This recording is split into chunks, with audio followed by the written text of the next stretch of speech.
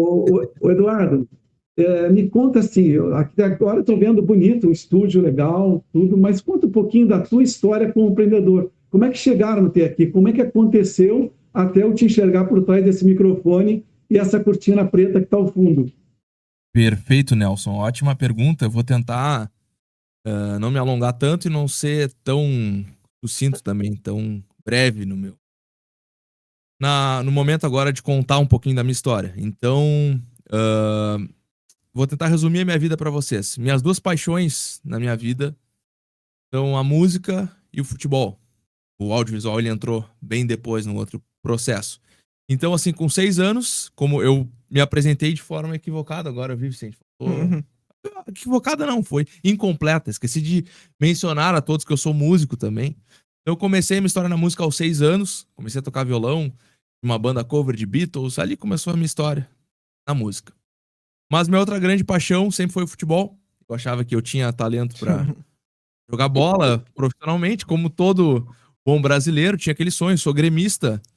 Era muito fanático. O Vicente também é gremista. Temos futebol aos 13 anos aproximadamente. Quando eu fiz um teste aqui no Farroupilha, um time aqui da nossa cidade, Pelotas. E ali eu vi, cara, realmente, pro profissional, acho que, acho que não dá certo. Só que eu gostava, sempre gostei muito de compor as minhas músicas.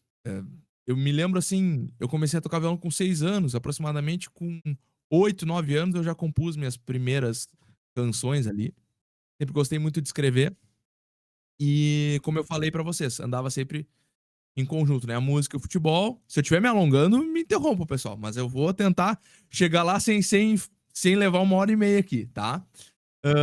Enfim. E uma das possibilidades, quando eu ali com 15, 16 anos comecei a pensar o que, que eu ia fazer da minha vida, era o jornalismo esportivo. Eu gostava muito de futebol, como eu disse, não tinha talento para jogar bola, mas como eu gostava de escrever, gostava muito do jornalismo, rádio, TV, sempre me encantou, né? O audiovisual também, então tudo isso, a comunicação de uma forma geral. Só que eu tinha autoestima muito baixa. Olha que curiosa essa história. Tinha um amigo meu, eu não gostava de estudar, por ser artista, músico, tava sempre com a cabeça na lua, né? E estudei num colégio bem rigoroso aqui, em Pelotas, então eu não gostava de estudar. Sempre passava, mas aquela coisa, final de ano era um estresse, em provão, exame, né? Trancava as férias da família. Meu pai tinha uns 10 mini infartos, assim, era aquela coisa, né? Então era sempre aquele estresse de final de ano. E aí, só que como eu falei pra vocês, eu tinha autoestima muito baixa, eu tinha um grande amigo, o Pablo, hoje é médico, psiquiatra, tá aí, fez uma bela trajetória. E ele escrevia muito bem. E eu achava que eu escrevia bem. Só que eu olhava as redações dele, aquelas redações que a gente faz no ensino médio, né? Pensando no Enem, nos vestibulares. Eu olhava minhas redações e pensava, pô, legal. Eu olhava as dele, comparava com as minhas, né? E pensava, bah, cara, eu acho que eu não escrevo tão bem. Só que em paralelo a isso, pessoal, eu comecei a ver também que o jornalista ele tinha que entender de outros assuntos, né? Política, economia, história. Então, né, eu não ia falar só de futebol, que era o que eu gostava e achava que entendia, e acho até hoje que entendo um pouquinho, né? Só acho, né? Porque, enfim, não devo entender nada. Mas é uma coisa que eu gosto bastante até hoje. E aí, nesse momento, eu tive que optar, né, por seguir um rumo profissional.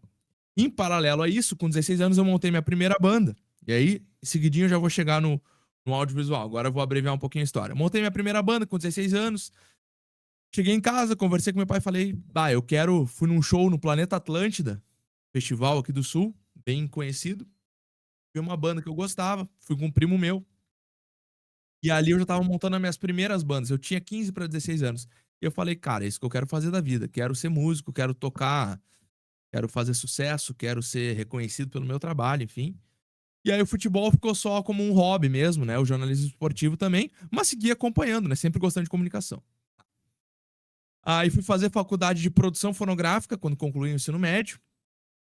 Para quem não está familiarizado com o termo, basicamente o produtor fonográfico é aquele profissional que trabalha no estúdio, né? Na parte de produção musical, conduzindo o artista na parte de arranjos, na parte, né, musical para tirar o melhor, desenvolver o potencial dele ali na produção daquele trabalho, normalmente em trabalhos autorais, também trabalhos covers, tá? Depois disso, concluí ali curso de produção fonográfica. Nesse meio tempo, trabalhei em outro ramo com meu pai, que é empresário, meu pai é administrador de empresas, ele trabalhou numa grande empresa aqui de produtos médico-hospitalares, mas sempre empreendeu anteriormente essa empresa, né? E, em paralelo, essa empresa também teve outros negócios aí, ao longo do tempo. Então, trabalhei com ele no ramo de vinhos, espumantes, que ele produziu vinhos. A história se alonga um pouquinho, mas, resumindo, me formei em produção fonográfica, tive um estúdio de produção musical e ensaio de bandas, né? Dei aula de música por um bom tempo também. Toquei na noite por vários anos, ainda toco. A pandemia chegou e simplesmente me disse, cara, agora tu vai ficar sentado no sofá. Até brinquei com o Gilberto, né? Eu falei pra ele quando nos conhecemos aqui no estúdio, eu falei, a pandemia me disse, cara, tu vai ficar sentado no sofá não sei se depressão é uma palavra forte, mas assim, vai ficar deprimido, vamos usar esse termo, no sofá sem ter a possibilidade de trabalhar, porque eu dava aulas de música presencialmente e tocava na noite. Então, o meu mercado do áudio e da música foi totalmente afetado. O pessoal diz, né, que foi o primeiro a parar e o último a voltar.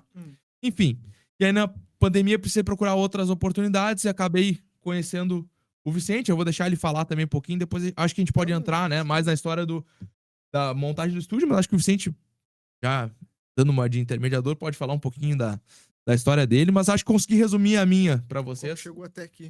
Como é que chegou até aqui, Vicente? Pra nós.